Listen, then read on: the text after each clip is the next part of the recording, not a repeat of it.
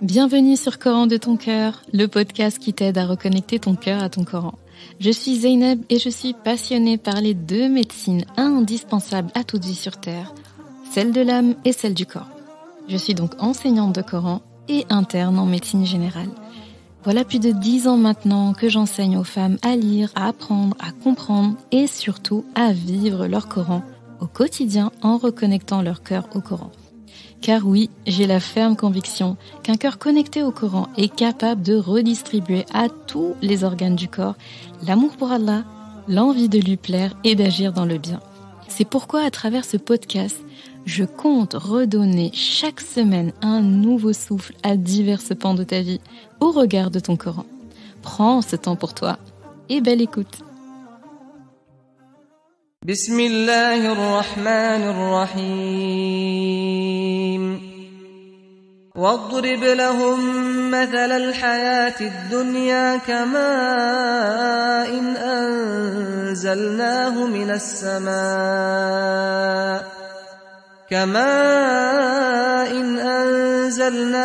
السماء فاختلط به نبات الأرض فأصبح هشيما تذروه الرياح وكان الله على كل شيء مقتدرا. Et propose-leur l'exemple de la vie ici-bas. Elle est semblable à une eau que nous faisons descendre du ciel. La végétation de la terre se mélange à elle, puis elle devient de l'herbe desséchée que les vents dispersent. Allah est certes puissant en toutes choses. Surat Al-Kahf, Aya 45. Assalamu alaikum wa rahmatullah. Très contente de te retrouver ce vendredi pour un nouvel épisode des Trésors d'Al-Kahf et nous en sommes à notre 8e épisode de cette série.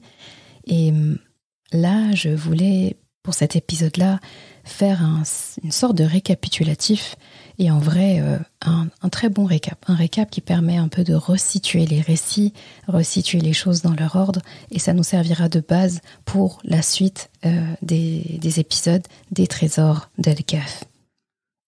Et pourquoi j'ai choisi cette ayah-là pour l'épisode du jour? Parce que, de manière générale, par rapport à Surat Al-Kahf en entier, par rapport à la vie en général, ça nous apprend en fait que les choses vont et viennent en fait. Vont, viennent et partent. Et que comme la pluie qui tombe sur la terre venant du ciel, eh bien ça nous rappelle du coup que cette pluie-là vient du ciel et ça nous rappelle que tout bien qui nous arrive nous vient de plus haut et donc d'Allah subhanahu wa ta'ala. Et à la fin, on redeviendra poussière et on retournera à la terre. Donc nous venons d'Allah, nous retournons vers Allah. Et entre deux, eh bien, il faut savoir et avoir l'intelligence de connaître exactement le parcours à suivre. Tu n'es pas sans savoir, là on va parler justement des bienfaits de Surat Al-Kahf, que Surat Al-Kahf a été recommandée par notre prophète sallallahu alayhi wa sallam pour plusieurs raisons. Recommandé de lire chaque vendredi. Parmi les raisons qu'il a évoquées, là on l'apprend dans un hadith qui est rapporté par Abu Sa'id al-Khudri, radiyallahu anhu, et il dit que Rasulullah sallallahu alayhi wa sallam a dit que celui qui lit Surat Al-Kahf le jour du vendredi, il est éclairé par une lumière entre les deux vendredis. Donc d'un vendredi à un autre, eh bien il est éclairé.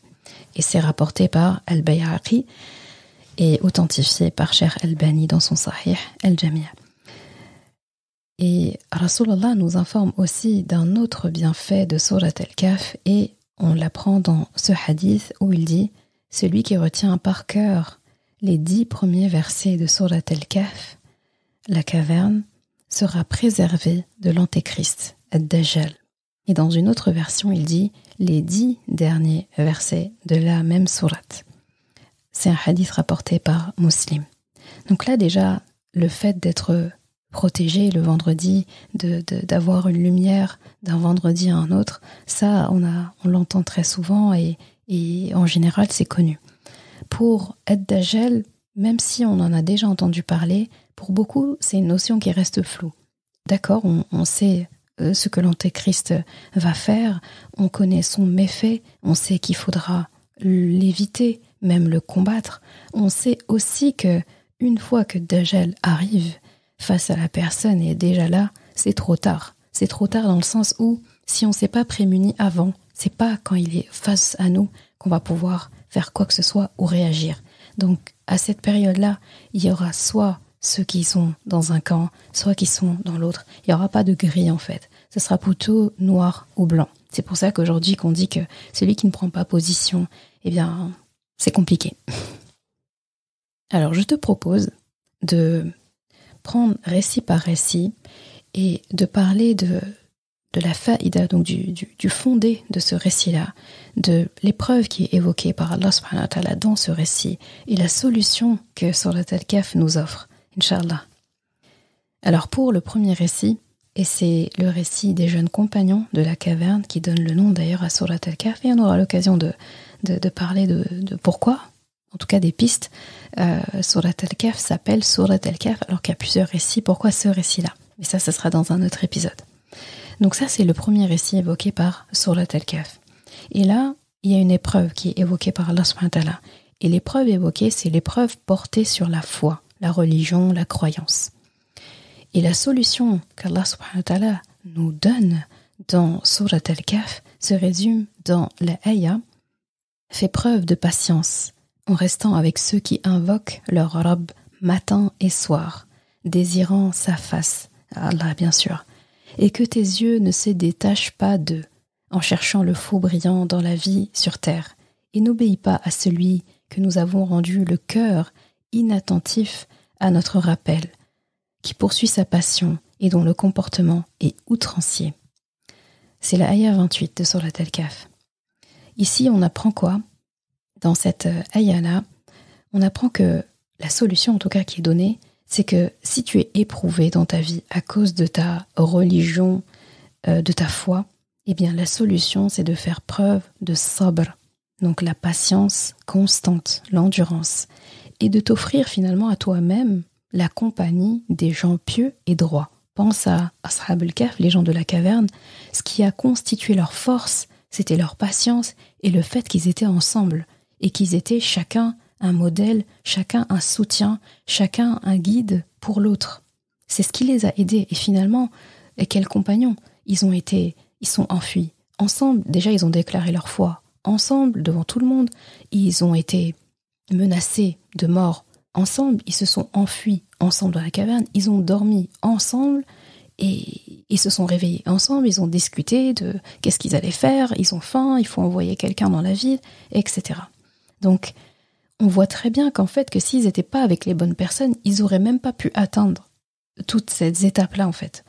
Donc, c'est leur cohésion et c'est la suhba saliha, donc le bon compagnonnage, la compagnie pieuse, les compagnons droits, dans le droit chemin. C'est ça, en fait, qui a été l'élément, en fait, qui a tout changé dans la donne. Donc, la patience et la compagnie des pieux. Ça, c'est une grande solution, une grande leçon qui est évoquée par Allah subhanahu wa ta'ala ici. Ensuite, nous avons le deuxième récit, donc le récit connu sous l'homme aux deux jardins et son compagnon, parce que du coup, il ne parle pas tout seul. Il a un compagnon avec qui il parle, d'accord? Et là, l'épreuve qui est évoquée par Allah subhanahu wa ta'ala, c'est l'épreuve du capitalisme, la richesse, le matérialisme. Et la solution qui est évoquée, c'est résumé dans la ayah 46, où Allah subhanahu wa ta'ala dit dans le sens « Les biens et les enfants sont l'ornement de la vie de ce monde. Cependant, les bonnes œuvres qui persistent ont auprès de ton Rabb une meilleure récompense et suscitent une belle espérance. » Donc, Surat Al-Kahf, ayah 46. Et ici, la solution qui nous est proposée dans cette ayah, c'est tout simplement savoir mesurer les réalités de ce bas monde. Il faut avoir en tête les réalités de ce bas monde, les vraies réalités. Et ce ne sont pas les richesses, vu que le monde est éphémère. Et en fait, il faut pouvoir se dire que ce monde-là, ces richesses et tout ce que contient la terre, et ce monde de manière générale, eh bien, il est temporaire. Alors que la vie dans l'au-delà, elle est éternelle. Et Allah subhanahu wa ta'ala avec. Et donc, le fait de se dire que la descendance qu'on va avoir, la subsistance qu'on va avoir, tout ça, ce sont des choses qui vont partir en fait. Ça vient et ça part. Effectivement, notre descendance, elle vient et elle part, parce que ça se renouvelle de génération en génération déjà. On peut aimer profondément un membre d'une génération, ce membre-là, un jour, il va s'en aller. Un jour, il va rejoindre son Seigneur, et c'est un autre qui va le remplacer, et ainsi de suite. Donc, effectivement, les choses sont éphémères dans ce monde. Et donc, les recettes, et d'ailleurs, on le voit avec l'histoire de cet homme aux 2 jardins, on voit la fin de l'histoire, eh bien, tout a été détruit, tout est devenu comme de la poussière, alors que la veille encore, il était en train de circuler dans son jardin, dans ses jardins, et de dire je ne crois pas que tout ça un jour va tarir, et même si ça tarit, je vais retrouver mieux auprès de mon Rabb. Il avait vraiment une grande confiance en lui, pas en Allah subhanahu wa ta'ala. Et son compagnon qui l'exhortait et qui le rappelait à l'ordre en lui disant mais tu as oublié les bienfaits de ton Rabb, c'est comme ça que tu comptes vivre ta vie, etc. D'ailleurs, là, je ne vais pas évoquer pour chaque récit le fond, qu'est-ce qui s'est passé, etc. Parce que pour chacun, je l'ai déjà évoqué dans des épisodes, aussi bien Les gens de la caverne que L'homme aux 2 jardins et les 2 autres récits qui seront évoqués. Donc du coup, si tu veux faire un update ou relire ou en tout cas te renseigner, si tu ne les as pas encore écoutés, eh bien tu peux le faire, Inch'Allah. Ensuite, on a le 3e récit, Moussa et Al-Khidr, et avant le 3e récit, il y a un petit passage où Allah subhanahu wa ta'ala parle de Shaitan et l'épisode de la prosternation où il demande aux anges et à Iblis de se prosterner, Iblis et Shaitan, c'est la même personne, de se prosterner devant Adam alayhi salam. Et Iblis, nous savons qu'il a refusé, d'accord ? Il n'a pas voulu. Donc, c'est aussi, il y a une grande leçon dans le fait que Allah subhanahu wa ta'ala mentionne ce récit-là au milieu finalement de la sourate, vu qu'on a 4 récits, donc il y a un récit, un 2e récit, puis le passage de la prosternation des anges devant Adam alayhi salam et du refus de Shaitan, puis après on a le récit 3 et le récit 4. Et chaque fois entre les récits, il y a des exhortations de Allah subhanahu wa ta'ala. Entre chaque récit, il y a quelque chose qui vient résumer finalement le récit qui vient de terminer et introduire le suivant. Et c'est magnifique comment c'est articulé. J'espère vraiment qu'Allah nous prêtera longue vie pour pouvoir décortiquer ça au fil des épisodes des Trésors d'Al-Kahf. Donc le 3e récit, Moussa et Al-Khidr. Et là, l'épreuve portée, c'est sur le savoir, la connaissance. Et la solution qui est proposée ici, dans Surat Al-Kahf, on la trouve notamment dans la ayah 69, où Allah subhanahu wa ta'ala dit dans le sens, Moussa lui dit, si Allah veut, tu me trouveras patient, et je ne désobéirai à aucun de tes ordres. Donc ayah 69. Et en fait, là pour le contexte, Moussa alayhi salam, il était prophète, et il pensait en fait à cette époque de son temps en tout cas, être la personne la plus savante sur terre. Et pour cause, c'était un prophète, il avait une grande science et il pensait l'être. Et lorsqu'Allah subhanahu wa ta'ala lui a révélé qu'il y a une personne qui connaît plus que lui, eh bien Moussa alayhi salam a voyagé en fait pour trouver cet homme. Et lorsqu'il se trouve en sa compagnie, on voit au fur et à mesure, donc déjà dans l'histoire, dans le récit de Moussa alayhi salam, là aussi il y a 3 récits à l'intérieur. 3 petits récits parce qu'ils s'arrêtent, il y a 3 événements qui se passent où Moussa alayhi salam à chaque fois, alors qu'il avait entre guillemets promis de ne pas poser de questions et d'être patient, eh bien il n'a pas pu justement patienter. Il n'a pas pu patienter devant des choses qui se passaient dont il ne comprenait pas les finalités, dont il ne comprenait pas en fait l'issue et les raisons en fait pour lesquelles ça a été réalisé.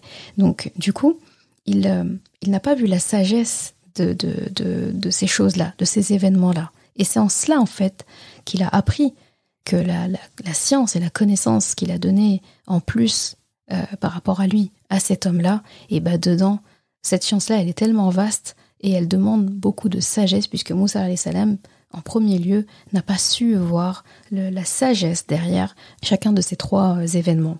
Et donc, ce qu'on comprend ici, c'est que la solution pour faire face à cette fitna, quelque part, du savoir, parce que le savoir peut être une épreuve, le savoir et la connaissance peuvent être une épreuve, eh bien, c'est de rester humble, de demeurer toujours humble et de ne pas laisser notre connaissance, notre savoir nous monter à la tête, nous désillusionner alors qu'il n'en est rien.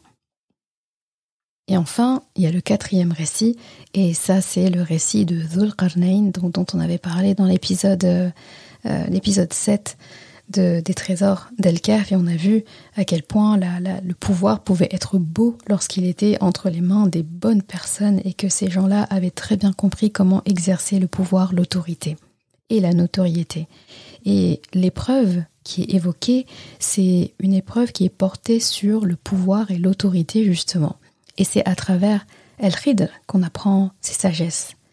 La solution qui est proposée par ton Coran dans Surat Al-Kahf, par Allah subhanahu wa ta'ala, on la trouve dans les ayats 103 et 104 de la sourate, et c'est lorsqu'Allah subhanahu wa ta'ala dit « Voulez-vous que nous vous apprenions lesquels sont les plus grands perdants en œuvre ? Ceux dont l'effort dans la vie présente s'est égaré, alors qu'ils s'imaginent faire le bien. » Ce qu'on apprend dans cette solution, et là on se rappelle l'histoire de Dhul Qarnayn, c'est que lui, en fait, Allah l'a doté d'une grande royauté, de grandes richesses. Son royaume s'étendait finalement en termes d'armée, d'infrastructures, etc. et peut-être aussi d'alliés d'est en ouest, du nord au sud, mais vraiment, du coup, dans le Coran, ce qui est mentionné, c'est vraiment l'est et l'ouest, d'accord ? Et dans son pouvoir, il était absolument sincère envers Allah subhanahu wa ta'ala. Et c'est vrai que quand on pense à pouvoir, autorité, eh bien, il n'y a pas beaucoup de personnes qui pensent à la sincérité dans ça. Et avec Al-Khidr, on a appris la sincérité, à quel point en fait, elle venait complètement colorer en bien, avec des très jolies couleurs, le pouvoir. Donc les beautés du pouvoir enseignées par Al-Khidr. Donc on avait appris au dernier épisode le Dhul Qarnayn lifestyle, d'accord, style, parce que justement il nous apprenait vraiment les joies, les beautés et les sagesses derrière le fait d'être un bon leader. Et c'est la sincérité envers Allah subhanahu wa ta'ala qui lui a donné ça. Donc malgré toute sa richesse, malgré sa notoriété, malgré son autorité, malgré tout ce qu'il avait, eh bien il était toujours sincère envers Allah subhanahu wa ta'ala, toujours humble, et il n'a pas laissé le pouvoir lui monter à la tête. Et c'est très facile aujourd'hui, et depuis tout temps, pour les dirigeants, d'avoir le pouvoir qui monte à la tête. C'est ce qui fait que certains, ils veulent même pas lâcher le pouvoir, ils font mandat sur mandat, etc. Quand ils partent, ils veulent absolument mettre sur le trône des personnes qui vont faire perdurer exactement la manière dont eux gouvernaient. Donc ça veut dire que le pouvoir, c'est très difficile à lâcher une fois qu'on l'a entre les mains. Et Dhul Qarnayn nous apprend comment driver tout ça avec brio. Et donc la solution qui nous est proposée à travers cette ayah-là, donc dans Surat Al-Kahf, c'est que un des moyens en fait de confronter, de gérer cette épreuve-là, l'épreuve du pouvoir, l'épreuve de l'autorité, eh bien c'est d'avoir une sincérité en Allah profonde et inébranlable dans nos actions. Quand on est sincère dans nos actions, ça veut dire qu'on le fait pour Allah, ça veut dire qu'on le fait pas ni pour écraser les gens, ni pour le paraître, ni pour asseoir son autorité, ni pour le pouvoir, ni pour la richesse. On le fait pour plaire à Allah subhanahu wa ta'ala. Eh bien, ça change complètement la donne.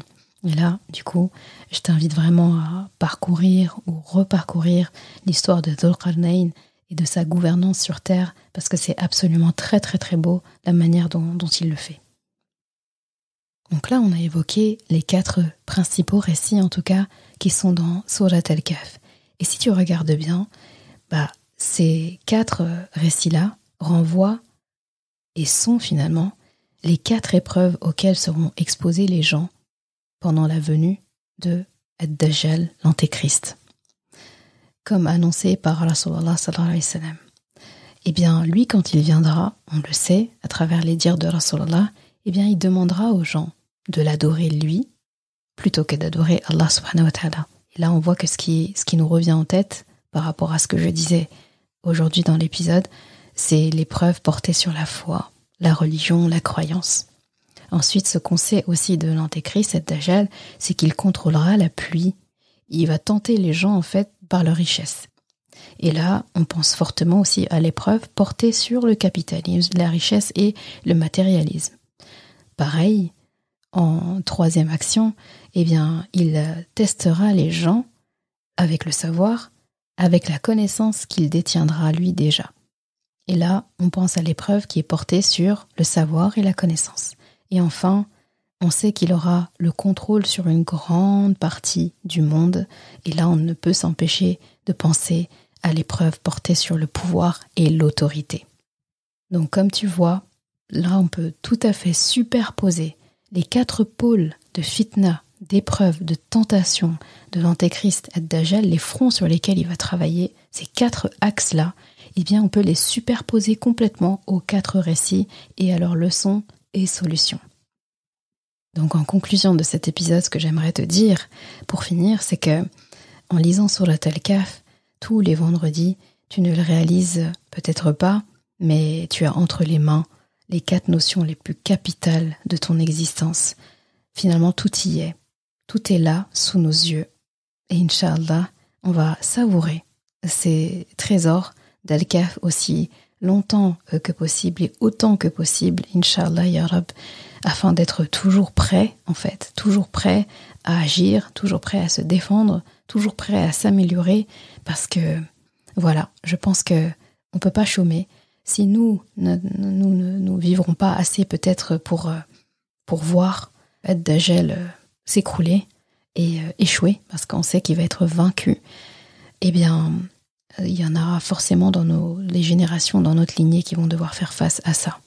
Donc parmi les invocations, en tout cas que moi j'aime bien prononcer, je le fais de temps en temps, et j'aimerais des fois le plaire plus souvent, eh bien, c'est qu'Allah subhanahu wa ta'ala prémunisse ma descendance des méfaits de Ad-Dajjal, qu'Allah fasse que toute ma descendance comprenne en fait ces 4 belles leçons de Surat Al-Kahf, les applique et qui fasse partie du camp de Isa alayhi salam et qu'il ne tombe pas en fait dans cette tentation-là. Parce qu'en fait, Ad-Dajjal, il est tentation. Si on peut lui donner un adjectif, c'est tentation.